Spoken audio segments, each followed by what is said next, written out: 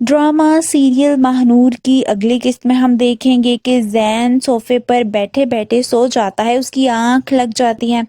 जब महविश उठती है और उसे सोफे पर सोया हुआ देखकर उसके पास आती है और बहुत प्यार से उसे कहती है कि पता है ज़ैन, तुम्हें पाने के लिए मैंने क्या क्या खो दिया।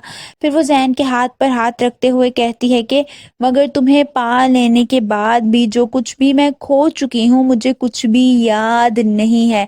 वो ये नहीं सोचती कि वो अंदर ही अंदर जाग रहा है। उसे लगता है कि ज़ैन सो चुका है। वही हम देखेंगे कि दानिश भी ये सच जान चुका होता है कि महविश ने ही महानूर को अगवा करवाया है। वो अपनी माँ के पास जाता है, उनको सच बताते हुए कहता है कि महविश ने महानूर को अगवा करवाया है, मैं सारा सच जान चुका हूँ।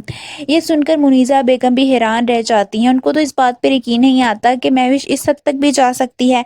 वो दानिश से कहती हैं कि महविश लाख बुरी सही मगर वो इस हद तक नहीं जा सकती। मगर दानिश अपनी माँ को सब सच बता चुका होता है। वो इतना ज़्यादा परेशान होता है कि वो चीखने लगता है। उसे कुछ समझ नहीं आ रही होती कि वो क्या करे। उसे भी ये यकीन नहीं होता कि महविश इस हद तक जा चुकी है।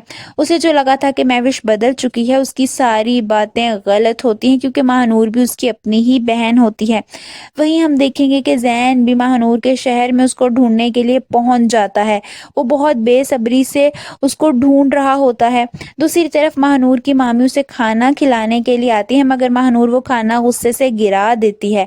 उसे अपनी मामी से भी सख्त नफरत हो जाती है, जिस पर उसकी मामी गुस्से से उसे कहती हैं कि मुझे तो तू अच्छी तरह से जानती है, अगर मैं अपनी करनी पर आ गई तो तू यहाँ बैठ भी नहीं पाएगी। जिस पर वो अपनी मामी से कहती है कि क्या करेंगी आप, जान लेंगी मेरी, ले लें जान, अपनी ये ख्वाहिश भी पूरी कर दें। महानूर की इन सारी बातों से उसकी ममानी खामोश हो जाती हैं। वो आगे से कुछ भी नहीं बोलती क्योंकि महानूर भी तंग आ चुकी होती है। उसके नज़दीक रोज़ रोज़ घुट के मरने से एक दफ़ा का मरना आसान होता है।